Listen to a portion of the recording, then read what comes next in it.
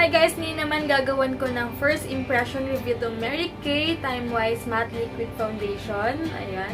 Pinadala siya ni Beautylicious Deals. Salagay ko na lang yung Instagram page niya or yung Facebook page niya or nasa description box naman kung gusto niyo kumorder ng Mary Kay products. So, ayan. Ngayon naman, first time kong gumamit or first time ko matatry itong Mary Kay na foundation na to. Nakalagay ito Time-Wise Matte Wear Liquid Foundation combination to oily skin. Buildable coverage, suitable for sensitive skin, oil-free, smooth on foundation for a perfectly flawless matte finish. So, ayan. I-shake-shake ko muna. Ayan. And then, ito siya. So, yung una ko siyang tinignan, sabi ko maganda siya kasi ano siya, yellow skin tone. So, feeling ko perfect na nakahanap na ako ng skin tone ko. Hindi na ako kailangan mag-blend or kung ano man, hindi na ganun kaputi, hindi na ganun ka-pinkish, hindi na ganun ka-dark if ever. Pero ito super perfect talaga. And ayan siya. Yan. Hindi siya masyadong, tingnan nyo, sakto lang yung pagka-sticky niya. Hindi siya sobrang, anong tawag ba doon? Hindi siya malabnaw, diba? Ayan, hindi siya ganun ka malabnaw. And tignan natin yung coverage niya. Gagamitin ko tong brush ko na to. Ayan. Yung half muna ng face ko yung lalagyan ko.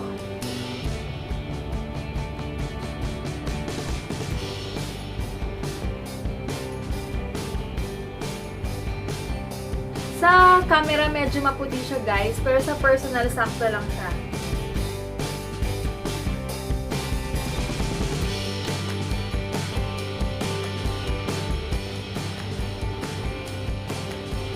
I-hide ko yung mga tigyawat ko dito.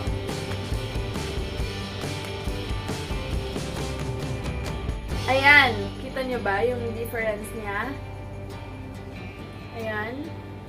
Masasabi ko na, since na matte siya, guys, ang dali niyang matuyo sa face. So, kailangan i-blend mo siya agad-agad. Dahil, yun nga, madali siyang matuyo sa face. So, and in fairness naman, ang ganda nung finish niya. Kasi kahit parang hindi ka na mag-powder, parang okay na. And yung coverage niya, hindi na makita yung open pores ko dito. Tsaka, hindi na masyadong kita yung pimples ko. Kita niyo ba? Siguro pag dinoble ko pa yung coverage dito, as in, kahit hindi ka na mag-concealer, sobrang okay. Grabe ganda guys, ha?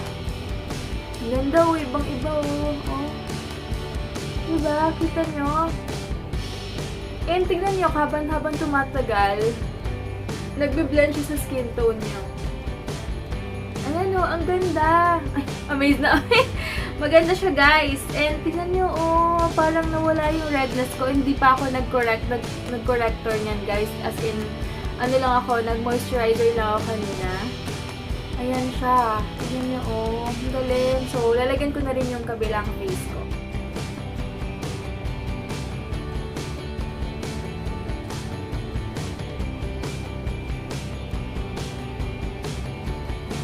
Tingnan natin guys, ito yung gagamitin ko na sa eyebags ko. Ito talaga ng coverage niya. Oh, nakita niya ba?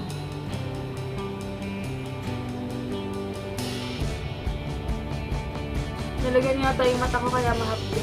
Nalagay na ng brush. Doon ko ba? Para sa akin guys, maganda siya kasi tignan mo super matte nung finish niya and parang wala kang hindi mo ramdam na may foundation kang gamit. Alam niyo yung ganong feeling. Eh, nakita niya na hide yung eyebags ko gamit ng foundation. Sa personal, hindi siya ganun kaputi Sa ano lang, siguro sa ilaw ko and sa camera ko lang. Siguro, kaya ganun yung effect. Pero sa personal, para lang siyang para ka lang naka-powder. Hindi ka halatang naka-foundation. Promise, ang ganda niya. And feeling ko nga kahit hindi na ako mag-powder, enough na. Kasi, ang ganda nung coverage niya. Wait lang. Ang ganda nung coverage niya. Ayan. Tapos, yung parang reddish ko dito, nawala-wala. As in, naglight siya. Tsaka yung pimples ko dito. Ayan. Hindi na siya masyadong visible. Kung napapansin nyo, compare kanina. And, napaka-light. As in, and yung amoy niya pala, wala siyang kaamoy-amoy. Hindi siya mabaho sa mukha or kung ano man. Hindi siya katulad ng ibang foundation na mabaho sa mukha. And tignan nyo talaga, oh. Talagang pag nandito siya, na hahide yung mga veins nyo. O, ayan.